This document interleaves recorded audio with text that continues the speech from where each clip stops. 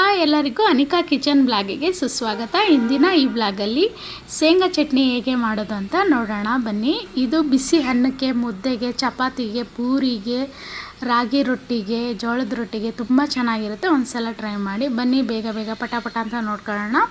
ಶೇಂಗಾ ಬೀಜನ ಹಾಕ್ತಾಯಿದ್ದೀನಿ ನೋಡಿ. ಒಂದು ಬಾಣಲೆಗೆ ಹಾಕ್ಕೊಂಡು ಇದನ್ನ ನೀಟಾಗಿ ಮೀಡಿಯಮ್ ಫ್ಲೇಮಲ್ಲಿ ಇಟ್ಕೊಂಡು ನೀಟಾಗಿ ಹುರ್ಕೊಳ್ಳೋಣ. ಈ ರೀತಿಯಾಗಿ ಹುರ್ಕೊಂಡ್ರೆ ಸಾಕು ನೋಡಿ. ಈ ಥರ ಹುರ್ಕೊಂಡ್ರೆ ಸಾಕು. ತುಂಬ ಸೀಸೋಕ್ಕೆ ಹೋಗ್ಬೇಡಿ, ತುಂಬ ಚೆನ್ನಾಗಿರುತ್ತೆ ಶೇಂಗಾ ಚಟ್ನಿ. ಒಂದು ಸಲ ಟ್ರೈ ಮಾಡಿ. ಅದೇ ರೀತಿಯಾಗಿ ಅದೇ ಬಾಣಲೆಯಲ್ಲಿ ಬೆಳ್ಳುಳ್ಳಿ ಮತ್ತು ಹಸಿಮೆಣ್ಸಿನ್ಕಾಯಿ ಮತ್ತು ಒಂದು ಸ್ವಲ್ಪ ಎಣ್ಣೆ ಹಾಕ್ಕೊಂಡು ನಾನು ಬಾಡಿಸ್ಕೊತಾ ಇದ್ದೀನಿ. ಅದು ಬಾಡಿದ ಮೇಲೆ ಇವಾಗ ನಾನು ಈರುಳ್ಳಿನೂ ಹಾಕೋತಾ ಇದ್ದೀನಿ. 2 ಈರುಳ್ಳಿನ ಕಟ್ ಮಾಡಿ ಇಟ್ಕೊಂಡಿದ್ದೆ, ಅದನ್ನೂ ನಾನು ಬಾಡಿಸ್ಕೊಂಡಿದ್ದೀನಿ. ಎಣ್ಣೆಯಲ್ಲೇ ಫ್ರೈ ಮಾಡಿಕೊಂಡೆ. ಅದ್ರ ಜೊತೆಗೇ ಟೊಮೊಟೊನೂ 2 ಹೆಚ್ಕೊಂಡಿದ್ದೆ, ಅದನ್ನೂ ಸಹ ನಾನು ಇದೇ ಎಣ್ಣೆಯಲ್ಲಿ ನಾನು ಫ್ರೈ ಮಾಡ್ಕೊತಾ ಇದ್ದೀನಿ. ಅದ್ರ ಜೊತೆಗೇ 2 ಇಂಚು ಹುಣಸೆ ಹಣ್ಣನ್ನು ಹಾಕ್ಕೋತಾ ಇದ್ದೀನಿ. ಅದನ್ನು ಇದೇ ರೀತಿಯಾಗಿ ನಾನು ಬಾಡಿಸ್ಕೊಂಡ್ಮೇಲೆ ಸಪ್ರೇಟ್ ಬಾಡಿಸ್ಕೊಂಡಿದ್ನಲ್ಲ ಎಲ್ಲದನ್ನೂ ಒಂದೇ ಇದರಲ್ಲಿ ಹಾಕ್ಬಿಟ್ಟು ತಣ್ಣಗಾಗೋದಕ್ಕೆ ಬಿಟ್ಟಿದ್ದೀನಿ ನೋಡಿ. ಪಕ್ಕದಲ್ಲಿ ನಾನು ಹುರಿದಿಟ್ಕೊಂಡಿರೋಂಥ ಶೇಂಗಾ ಬೀಜನ ನಾನು ತಣ್ಣಗಾಗೋದಕ್ಕೆ ಬಿಟ್ಟಿದ್ದೆ. ಅದು ಇವಾಗ ಈ ರೀತಿಯಾಗಿ ತಣ್ಣಗಾಗಿದೆ ನೋಡಿ. ಇದನ್ನು ನಾನು ಕಡಲೆ ಬೀಜದಲ್ಲಿರೋ ಮೇಲ್ಗಡೆ ಸಿಪ್ಪೆನ ತೆಗಿತಾ ಇಲ್ಲ, ನಾನು ಡೈರೆಕ್ಟಾಗಿ ಹಾಕ್ಬಿಟ್ಟು ನಾನು ಚಟ್ನಿ ಮಾಡ್ಕೊತಾ ಇದ್ದೀನಿ.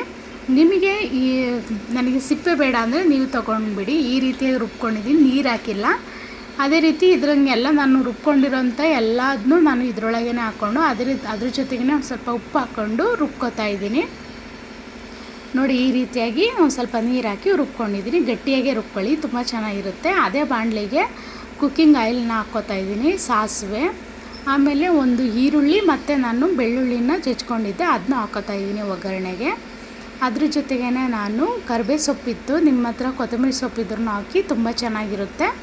ಆಮೇಲೆ ನಾವು ಒಗ್ಗರಣೆ ಕೊಡ್ತಾಯಿದ್ದೀವಿ. ಕೆಲವರು ಅದೇ ರೀತಿಯಾಗಿ ಹಸೆ ಈರುಳ್ಳಿನ ಅದೇ ರೀತಿಯಾಗಿ ಚಿಕ್ಕದಾಗಿ ಹೆಚ್ಕೊಂಡು ಹಾಗೇ ಅವರು ಮಿಕ್ಸ್ ಮಾಡ್ಕೋತಾರೆ, ಅದೊಂಥರ ಚೆನ್ನಾಗಿರುತ್ತೆ. ನಾನು ಈ ಥರ ಮಾಡಿದ್ದೀನಿ ನೋಡಿ. ಒಂದು ಸಲ ಟ್ರೈ ಮಾಡಿ, ತುಂಬ ಚೆನ್ನಾಗಿರುತ್ತೆ. ಬಿಸಿ ಅನ್ನಕ್ಕಂತೂ ತುಂಬ ಚೆನ್ನಾಗಿರುತ್ತೆ. ತುಪ್ಪ ಹಾಕ್ಕೊಂಡು ಊಟ ಮಾಡಿದರೆ ಇದ್ರ ಸುಖನೇ ಬೇರೆ. ಈ ರೀತಿಯಾಗಿ ಮಾಡ್ಕೊಳ್ಳಿ. ಬಾಯ್, ನೆಕ್ಸ್ಟ್ ಬ್ಲಾಗಲ್ಲಿ ನೋಡೋಣ.